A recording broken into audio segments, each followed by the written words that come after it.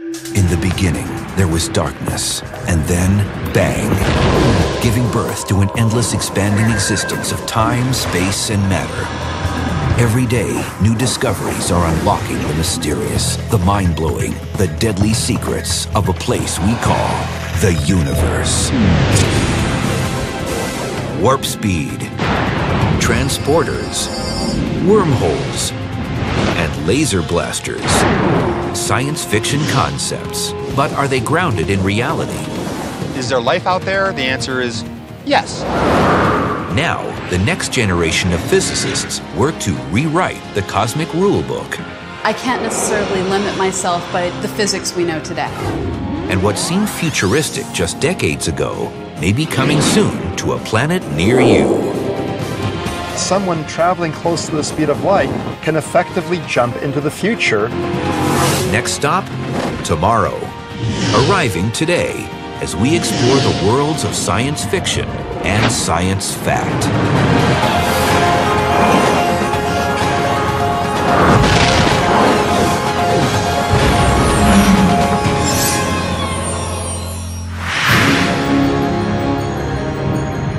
Science fiction explores new life, new civilizations, and galaxies far, far away.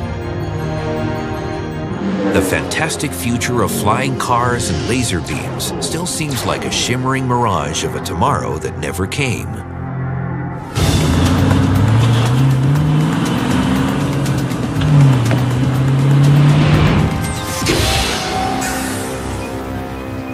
Roads?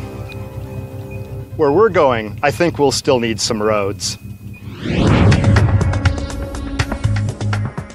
But then there are those sci-fi technologies which may be arriving sooner than you think.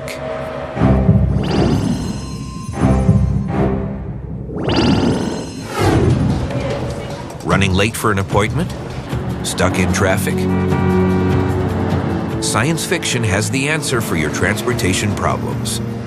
Simply beam from point A to point B.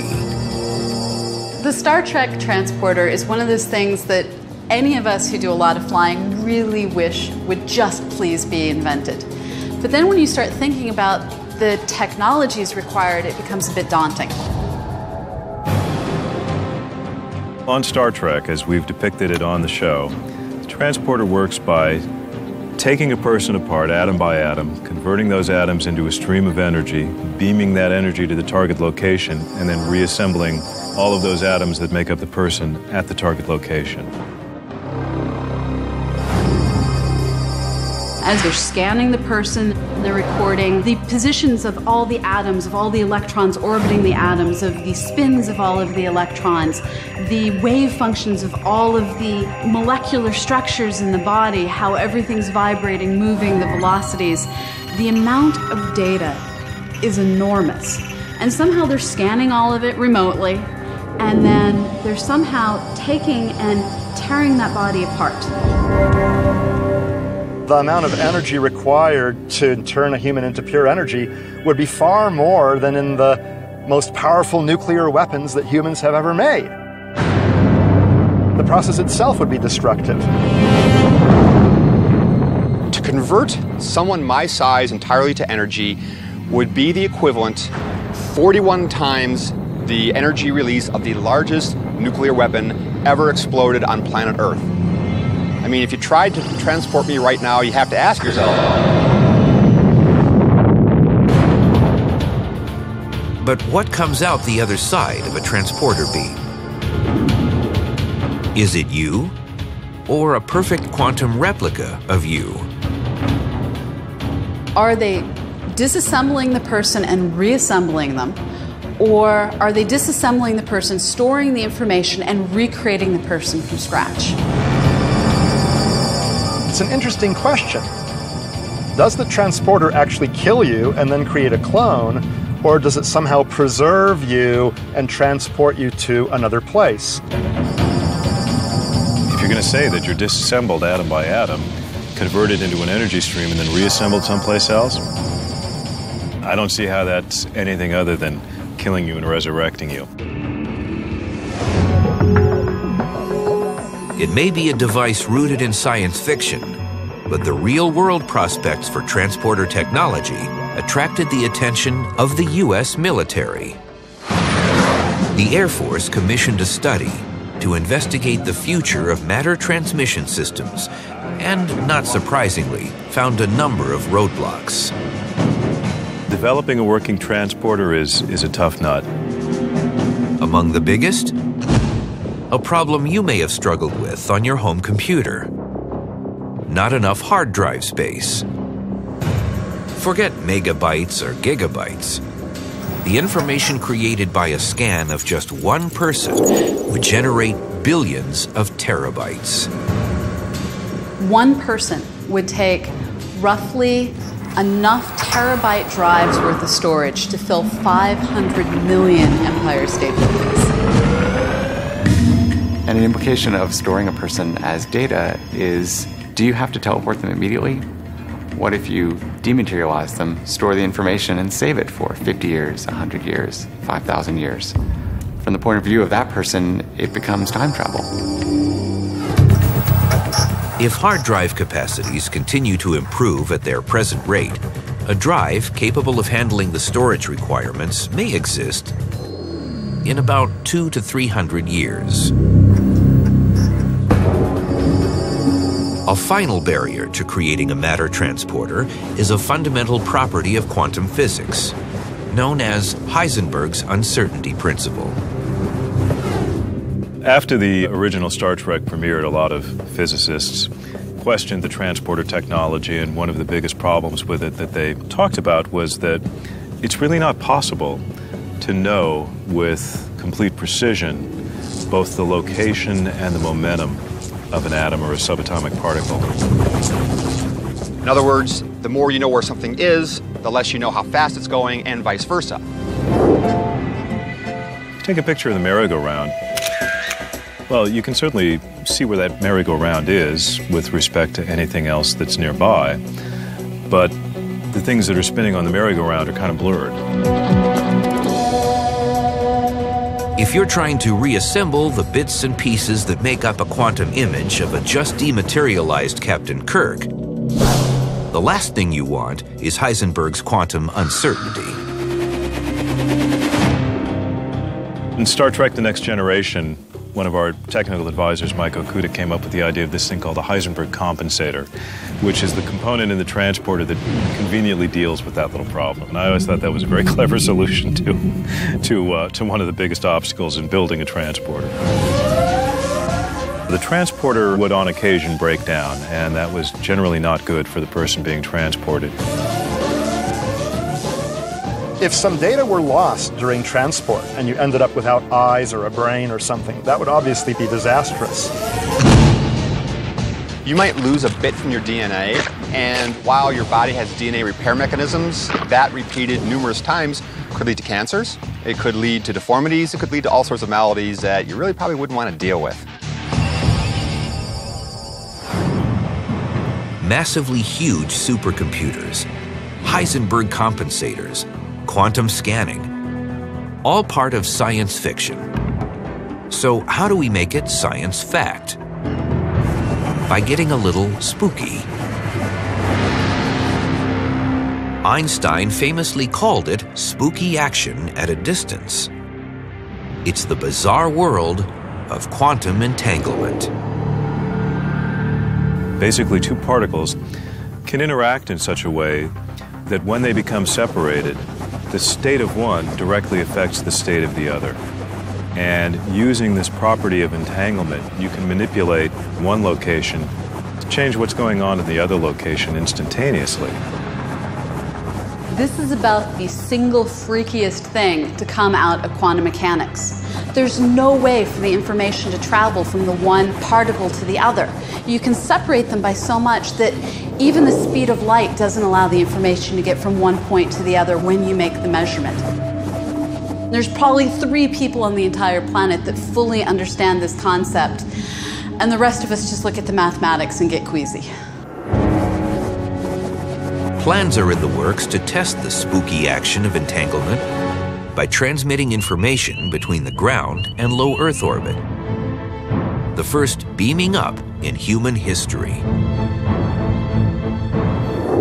This technology could be put to use in the development of a new generation of supercomputers. Computers that may one day be fast enough to carry out the complex calculations needed for a more sophisticated transporter. I would use a transporter in an instant if I were assured that I could return home to my loved ones when I so desired. I think it would be a fantastic trip.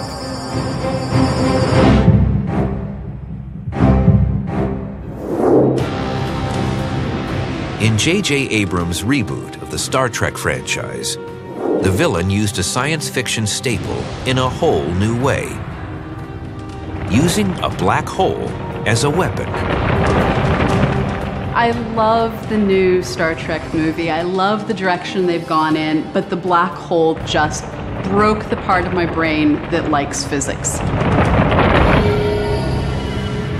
Black holes are regions in space where matter has been compressed so much that the local gravity is so strong that nothing, not even light, can escape. If you could drop a black hole into the core of a planet, gone. It would implode. Controlling a black hole is nigh impossible because if you try to manipulate it, you would also implode. The Star Trek film, some exotic form of matter that they called red matter was used to initiate the formation of a black hole inside the core of an existing planet. You aren't generally going to collapse a planet into a black hole using any amount of red slime. It's just not going to happen. Of course, in Science Fact, we recently had our own concerns about black holes and the possibility that in a quest for knowledge, our planet could be obliterated, sucked into the insatiable maw of a black hole we created.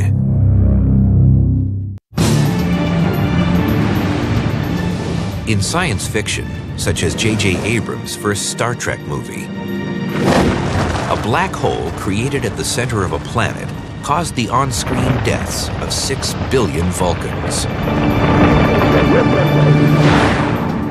That planet would become part of the mass of the black hole. It would be ripped to shreds and disappear from our universe forever. So it is kind of the ultimate doomsday weapon. In Science Fact, plans to smash subatomic particles together here on Earth raised fears that if the particles were going fast enough when they collided, they could form a black hole, destroying our planet. The new facility that's been built by CERN in Switzerland, the Large Hadron Collider, is designed to explore the fundamental nature of matter, to smash atoms together so that you can break them apart and see what the fundamental building blocks are. For example, they want to find the so-called Higgs boson, which is thought to give mass to all other particles. But they also might produce miniature black holes. Black holes on Earth? Humans tend to view black holes as large, swirling, matter-sucking vortexes from which nothing, not even light, can escape. The idea of one forming in Switzerland set off alarm bells. But scientists assured a nervous public any black holes formed would be microscopic. Tiny little black holes would instantaneously evaporate, yet nevertheless would exist for a very, very short time. Probability of that happening is small, and even if we did create a microscopic black hole, it's not something that would sink to the center of the Earth and start devouring our planet from the inside out.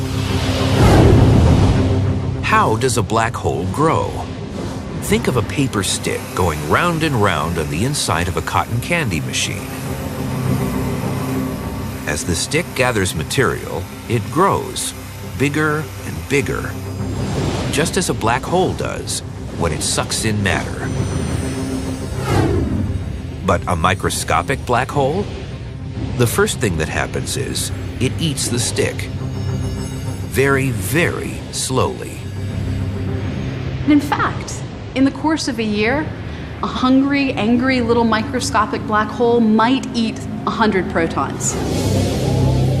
And with the stick going away, with the vortex evaporating faster than it can suck in new material to grow, the microscopic black hole simply disappears. Black holes aren't something that we need to worry about. In fact, there's a supermassive black hole sitting right in the center of our own Milky Way galaxy, minding its own business with stars happily orbiting it round after round after round.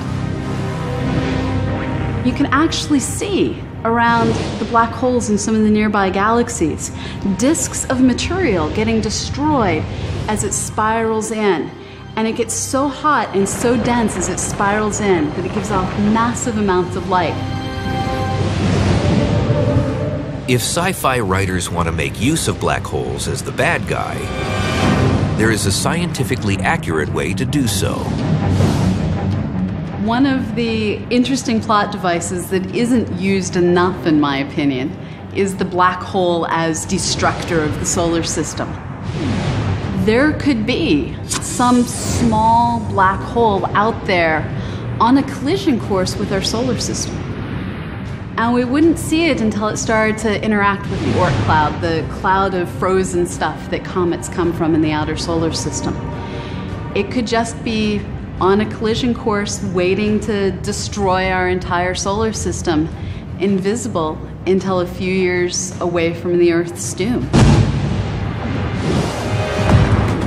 The first thing we'd probably notice is the Oort cloud starting to flicker with high energy particles as little bits of ice start to get sucked in.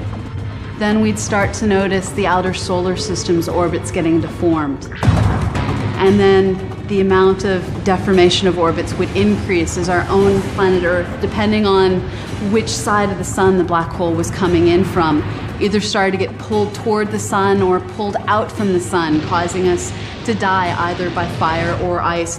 And I personally don't think either is nice.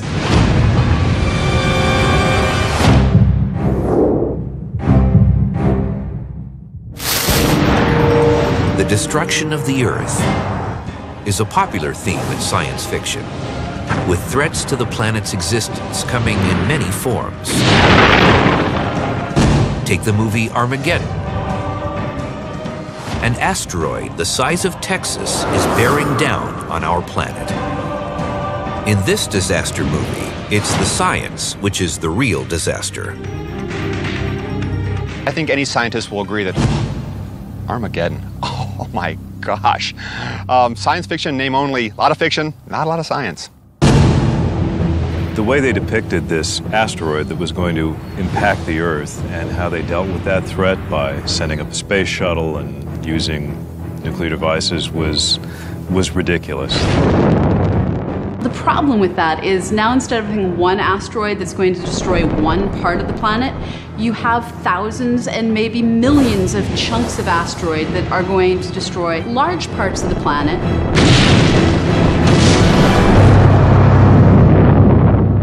Yeah, blowing up asteroids, really, really bad. You want to move them somehow, not blow them up. But if Earth bites the big one, we'll need a new place to live.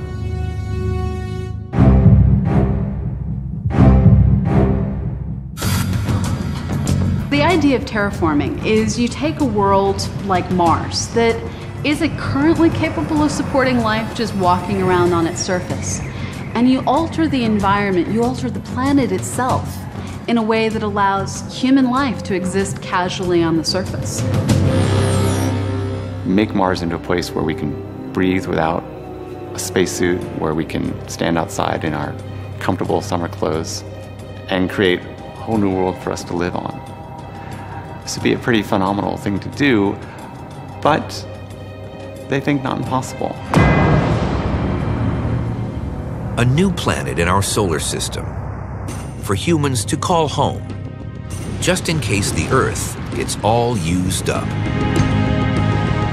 If our survival as a species depended on it, just what would it take to turn the red planet blue? Mars is a red, barren, desolate world. Freezing plains and sheer cliffs. A permafrost layer embedded in the surface. Massive volcanoes. And dry riverbeds that hint at the planet's watery past. Because Mars is so similar to Earth, the idea of terraforming Mars has come up in science fiction for decades. But to make Mars live and breathe again, this frozen wasteland will have to undergo a massive global warming. A key ingredient for terraforming Mars is to get all the solid carbon dioxide, the dry ice, out of Mars's soil and into the atmosphere. That would create higher pressures. It would also produce some greenhouse warming, raising temperatures. That would go a long way toward making it more sustainable for life. One of the polar caps of Mars is comprised mostly of frozen carbon dioxide. If we could somehow heat up that polar cap and release that carbon dioxide, put it back into the atmosphere, then you would start a process of thickening the atmosphere of Mars. That would be the first step toward terraforming it. One way would be to put up a bunch of satellites that would collect the sun's energy and focus them in on Mars. That would basically be absorbed by the surface. It would go into evaporating those ices, would free them up so that they form atmospheric gases.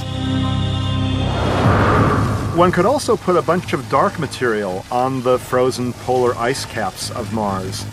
That dark material would absorb rather than reflect more of the sun's radiation, thus allowing that material and the ices underneath to heat up and evaporate those ices.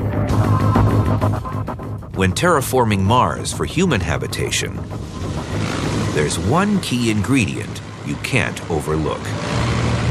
Earth has a fairly strong magnetic field. That magnetic field protects us from solar wind.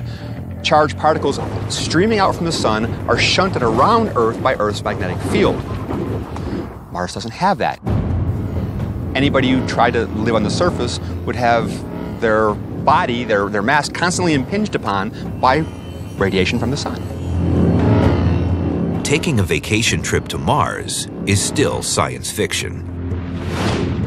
But mankind continues to draw closer to the day when ships from Earth will zip around our solar system.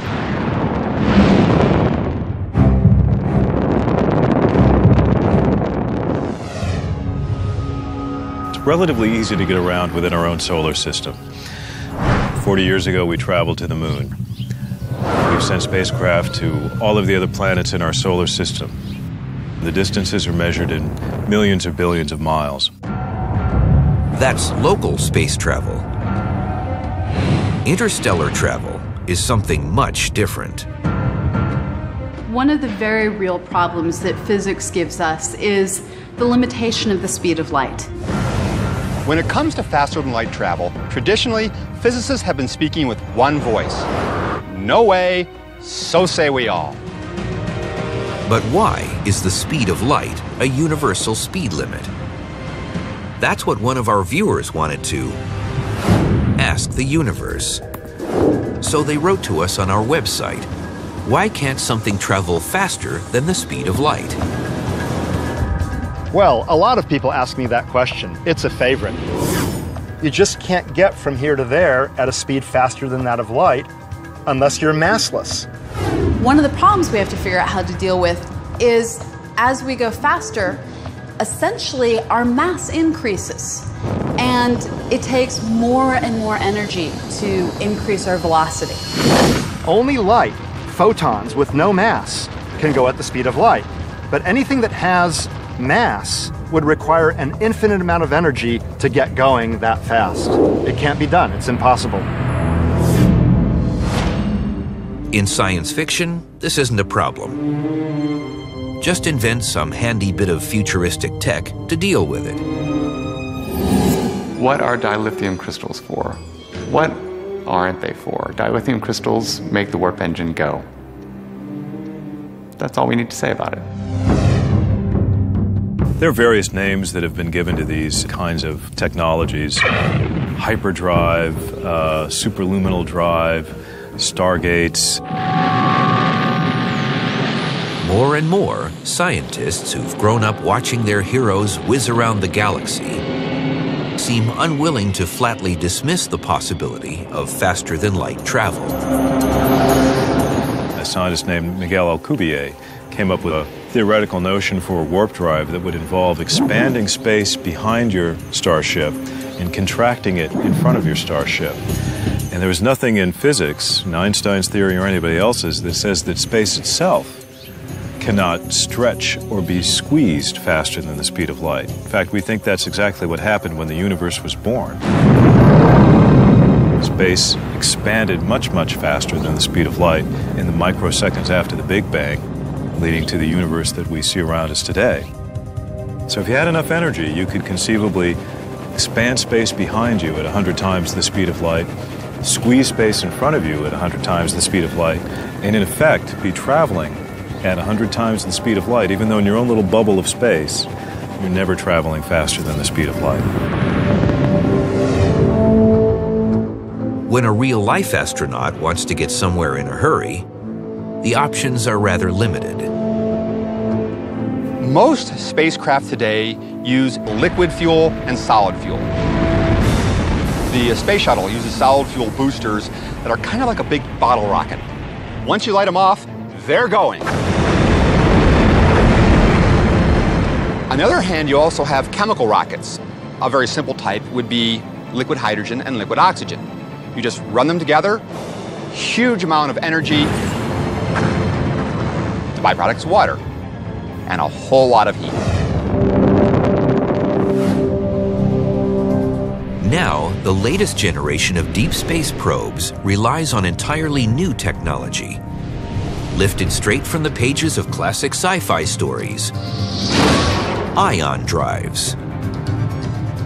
This is where you basically take atoms, strip off a few electrons, and you end up with a charged particle. Accelerate it with a magnetic field, and send these high-velocity particles out one end of the spacecraft. The difference between that and chemical engines is that with an ion engine, you have very, very low thrust. An ion engine generates the same amount of thrust as the weight of this piece of paper, but it does so for months at a time. And with constant, albeit small, acceleration for months, you can get up to some pretty high speeds. NASA's Dawn spacecraft is using ion power to close in on an encounter with Vesta and Ceres, two of the largest objects in our solar system's asteroid belt.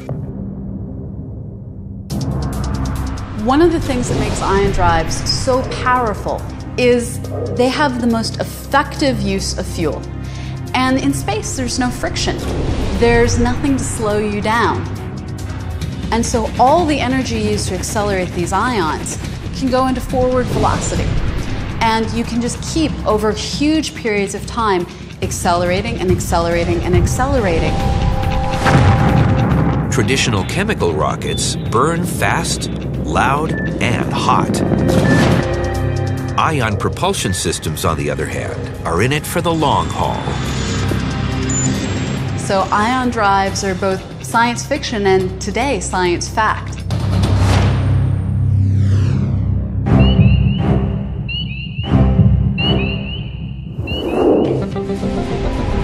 Between space probes headed out of our solar system and TV and radio waves, which have already left, humans have announced their presence to the universe.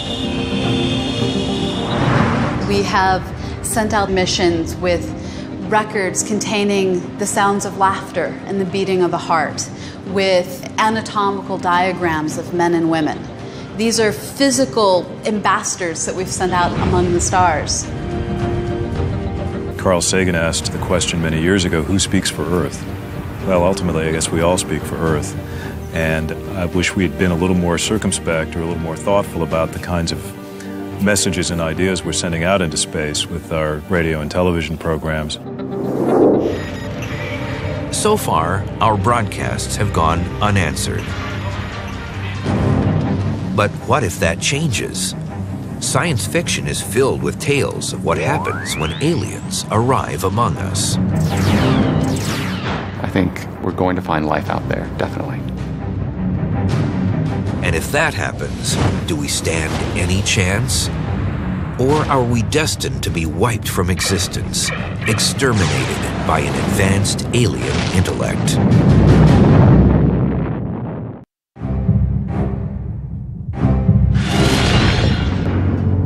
They say they come in peace. They leave our planet in pieces. Since the earliest science fiction stories, some themes have recurred with remarkable frequency, perhaps none so much as this one: alien invasions. Alien hordes arriving at the Earth and wreaking havoc. Just from a dramatic point of view, that's inherently more interesting than friendly aliens coming and solving all of our problems for us.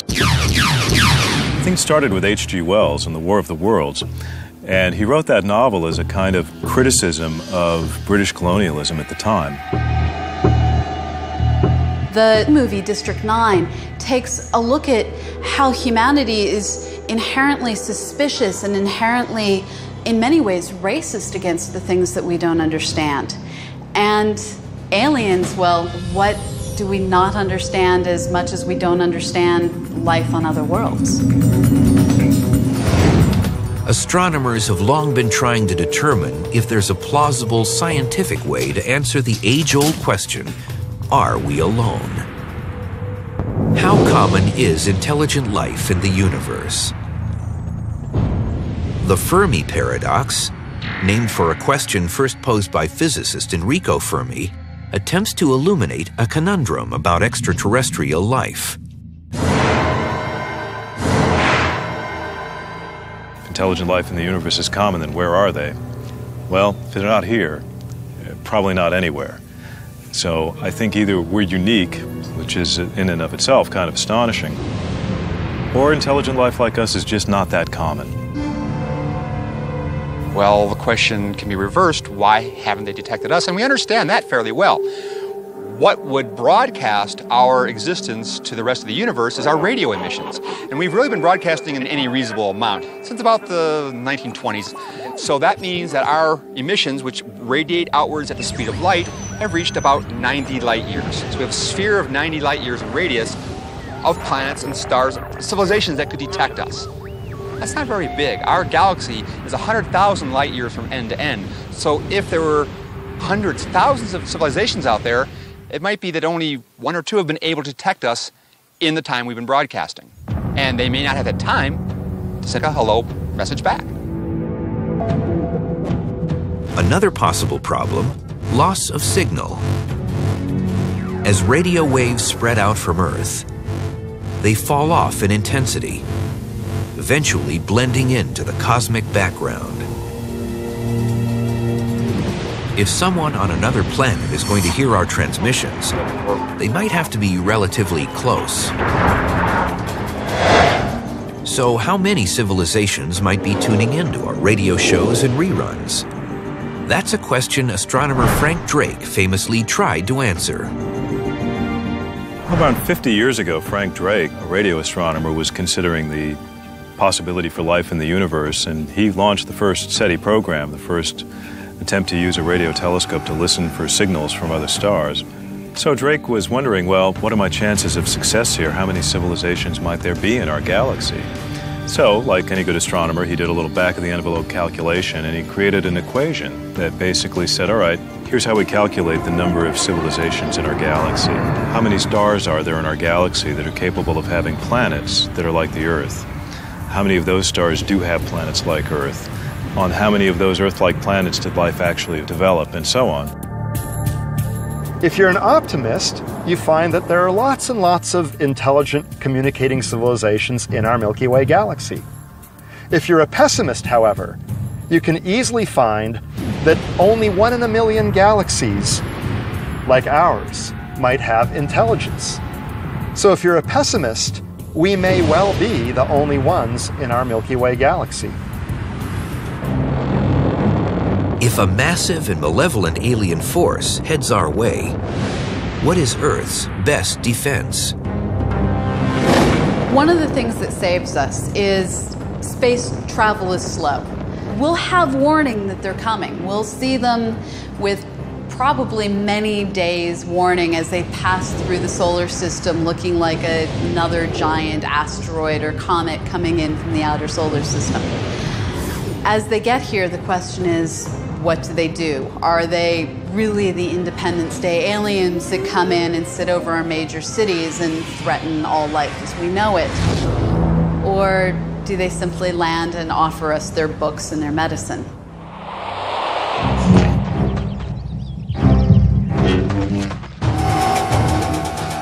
If it becomes a street fight, perhaps Earth will be saved using weapons inspired by science fiction.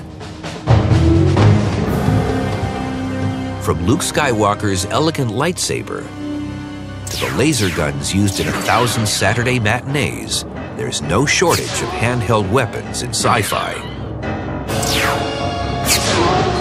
Weaponry in science fiction for years has had some sort of stun setting. The phasers in Star Trek, the staple guns in Space 1999 will render somebody unconscious but not kill them. Technology today is getting better at that sort of thing. Inspired by science fiction, weapons researchers continue to develop a variety of ways to affect someone's behavior without blowing a hole through them using a crude projectile. The U.S. military have developed the active denial system, a system designed to elicit the goodbye effect. What this is a huge microwave transmitter. You shoot this to disperse crowds, people literally feel like their skin's on fire and they say, goodbye. Other military projects harness the power of electricity, building on taser technology to deliver a non-lethal jolt. A simple phenomenon, such as electricity, of course, is science fact. One that has sparked many ideas in science fiction, including providing the power for one of the most famous time machines ever built. Have your 1.21 gigawatts standing by, fire up the flux capacitor, and get ready to take a trip back in time.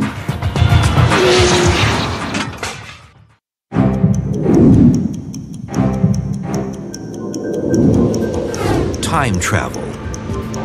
It is possible, according to two of the 20th century's greatest scientific minds, Albert Einstein, whose famous equations did nothing to preclude the possibility of time travel, and Dr. Emmett Brown, inventor of the flux capacitor.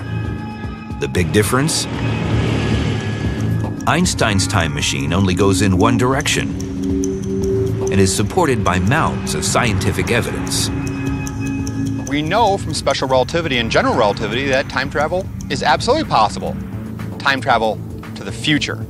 If you traveled to a nearby star at a sizable fraction of the speed of light and came back, you would find that people on Earth have aged a lot more than you have. Relativity actually allows time travel forward. Buck Rogers in the 25th century got it right, Andromeda got it right. Doc Brown's time machine goes both forward and backward in time. And according to the laws of physics, that's a no-no. Or is it? Traveling into the past doesn't seem to violate any fundamental laws of physics. And in fact, there are some schemes that physicists have talked about that seem to provide an opportunity to travel into the past. Traveling in a certain way around a black hole might do it. Wormholes could conceivably be converted into time machines. You take one end of a wormhole, accelerate it to close to the speed of light, send it out many hundreds of light years, then bring it back to close to where you started, well, that end of the wormhole exists permanently in the past of the other end. So presumably, by flying through the wormhole, you can travel into the past. Sounds simple, but scientists say there's no known way to stabilize the energy field that would make up such a wormhole. And another problem. Travel to the past, and you risk causing a paradox. The grandfather paradox in time travel is that you go back in time and kill your grandfather, before your mother or father was born, and this then means that you couldn't have possibly come into existence. But then how could you have gone back in time and killed your grandfather? It's a logical paradox. Other people have said, well, maybe there's a way around this problem. There is a way of looking at quantum mechanics called the many worlds interpretation of quantum mechanics. One of the many interpretations of quantum mechanics says that every time a decision is made, the universe splits. Every time I send a photon of light through a slit and it goes in one direction, there's another universe where it goes in another direction. Every time I spill my coffee in this universe, there's another universe where my coffee remains safe. According to this many worlds interpretation of quantum mechanics, anything that could have been has happened somewhere, and anything that can be will be somewhere in the multiverse.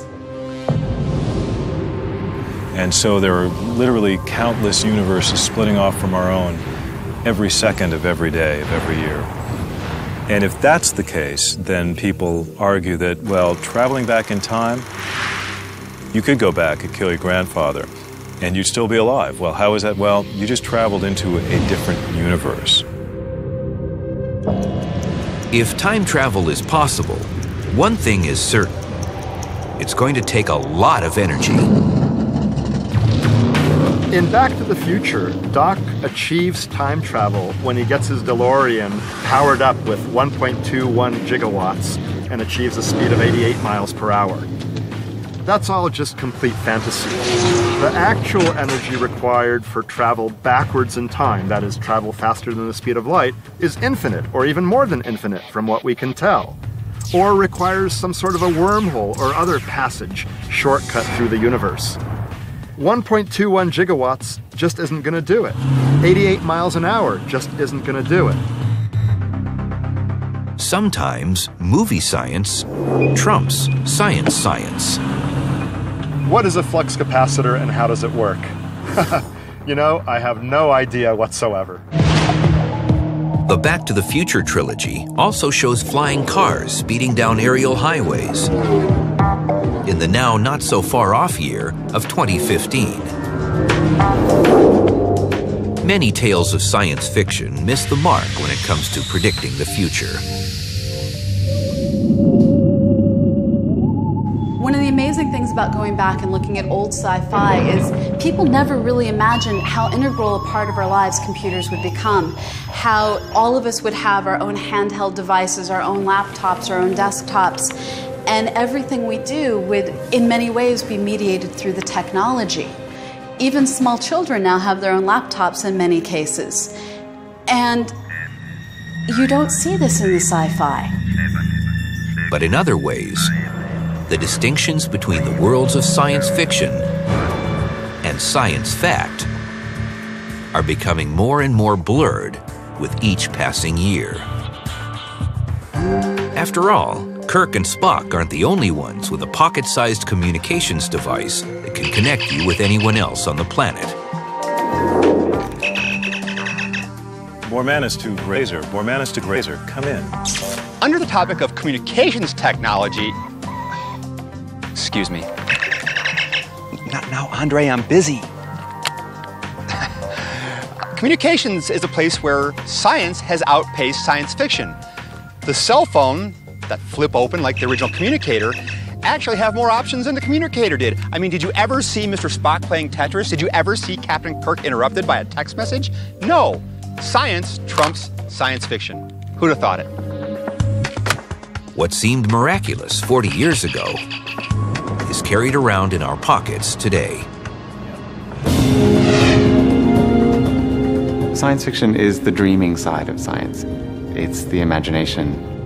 But you can't have science itself without imagination. Science needs inspiration. It needs that eureka moment, that aha. And I think science fiction helps create those moments for scientists. With each passing decade, creators of fantastic tales of the future push the imagination further. Because man will always wonder about tomorrow, even after it arrives. A paradox befitting the intertwined worlds of science fiction and science fact.